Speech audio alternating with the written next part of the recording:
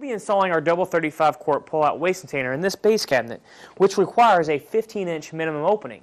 Now, we do have some other sizes available in a single 35 and single 50-quart container that requires a 12-inch minimum opening. We also have a double 50-quart container that requires an 18-inch minimum opening. I do want to point out that our 35-quart units will work in either a full height or door-drawer application, but our 50-quart containers will require a full height door application. Now, since we are installing our Bloom servo drive system, you are going to need a required minimum depth of 22.5 inches. Now, this will or will not work in some inset door applications. But if you have purchased your unit without the servo drive system, you only need 21.75 inch minimum depth, and this will work in all inset door applications. In order to make your installation simple, we went ahead and identified some tools that will help with your installation. First of all, you need a hammer as well as a center punch. We're using a 10mm nut driver, but if you don't have a nut driver available, you can use a 10mm wrench. We have a Phillips head screwdriver, scissors to cut our template, and of course a drill with a Phillips head bit. We're going to begin by opening our carton to find out what's inside. Before you begin, though, I'd like to point out that we have a production label that's right here on the front of the box. I suggest that you keep this for your records just in case you need to refer to it back in the future. Now let's begin by opening our box. Now that we have everything laid out, I'd like to go over each of the components that you're going to receive in your kit. One thing I would like to point out that in all of our double 35-quart and 50-quart units, you are going to receive a green recycling lid. Of course, you have your two 35-quart silver metallic waste containers, our Bloom servo drive system, our maple wood box with our patented door mount brackets. You're going to get your tandem Bloom motion slide system with your hardware bag. And of course, with the tandem Bloom motion system, you are going to receive quite a few templates and instruction sheets. But one thing I would like to point out is before you get started is that you want to start with the Rev-A-Shelf instruction sheet. This will make the installation a lot easier. We are now ready to begin our product installation. Rev-A-Shelf and Bloom have partnered together to bring you this new incredible waste container. I would like to point out, though, that in your kit you will receive multiple instruction sheets from both Bloom and Rev-A-Shelf. What we have done is we have consolidated those instruction sheets down to this master instruction sheet. You will want to start with this first, as it will help you with the ease of installation. We're now ready to start with step one in our instructions, and that is going to be to modify our Bloom template. We'll begin by cutting this down to fit our current cabinet. Now that we've cut our template, we're going to go ahead and place this inside our cabinet. We'll fold our flaps down here over the face frame, and then we will mark our center line here in the front and in the back. Now that our template is firmly in place, we're going to take our hammer and our center punch, and we'll go ahead and mark our hole locations. Now that we have punched our hole locations, we can remove our template and grab our Bloom slide system. And one thing I'd like to point out is that when you're handling the slide system, it's important that you grab it here by the mounting straps. It just makes handling it a lot easier. So we'll go ahead and insert this into our cabinet opening. And I'd like to point out that you want to make sure that the slide system is mounted in the center of the cabinet as well as it's pulled all the way up to the face frame.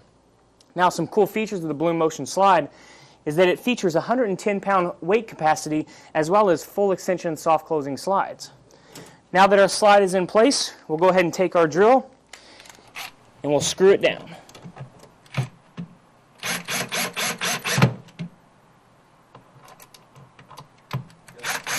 Before we can install our wood frame to our slide system, we're going to need to install our Bloom locking devices.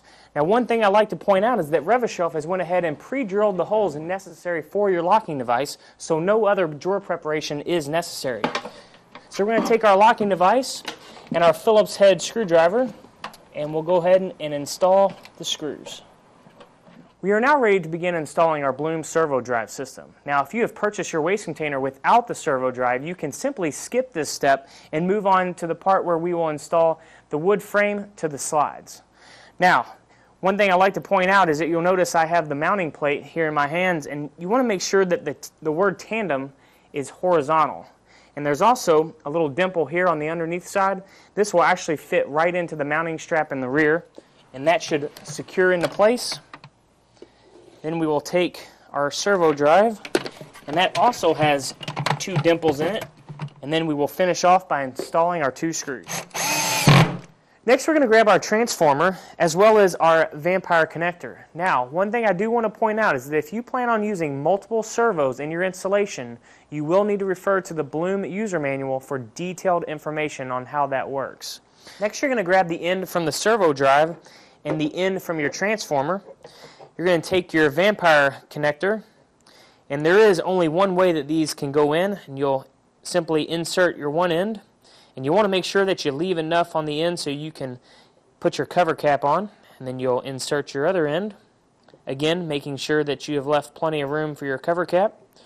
Once those are in place, you're simply going to clamp down on the Vampire connector and firmly press that down in place, and what that does is that'll pierce the wire to make sure you have a good connection. Then you will follow up and you'll place on your cover caps. Next, you're ready to install this into a standard 110 outlet. Now that our servo is installed, we're now ready to install our wood frame onto our slide system. The easiest way is to go ahead and remove your slides out from the cabinet. You will simply rest your wood frame on the slides. You'll reach underneath and pull your slides into the locking device and simply slide your unit into the cabinet. In order for your waste container to function properly, you're going to need to screw in these distance bumpers. Now, if you have purchased your unit without the servo drive, these distance bumpers are not required. When you go to install them, you want to make sure that you install your bumpers behind our door mount A and B brackets. This will ensure that the unit functions properly. So next, we're going to go ahead and install our distance bumpers. Now that all 4 of our distance bumpers are installed, we are now ready to mount our cabinet door. One thing I do want to point out is many cabinet doors come with those tiny rubber bumpers. You will need to remove those in order for your distance bumpers to work properly. Now, I went ahead and I've already pre-measured where my door is going to mount, but you do want to remember to mount to the thick portion of the door. Now that we have the cabinet door mounted to our waste container, I'm going to go ahead and shut the unit. And I noticed that our cabinet door is not perfectly aligned. No worries, we can adjust this with Rev-A-Shelf's patented door mounting brackets. What we can do is if you loosen the 10mm nuts behind the unit, you can slide your door either left or right. You can also adjust the tilt adjustment by loosening or tightening these screws. There is some additional tilt and height adjustment on the Bloom slide as well. Now that our door is adjusted, we're going to finish our installation by installing our waste containers. One thing I would like to point out is that your lid is going to only work in the front position. Now that both waste containers are installed, your installation is complete.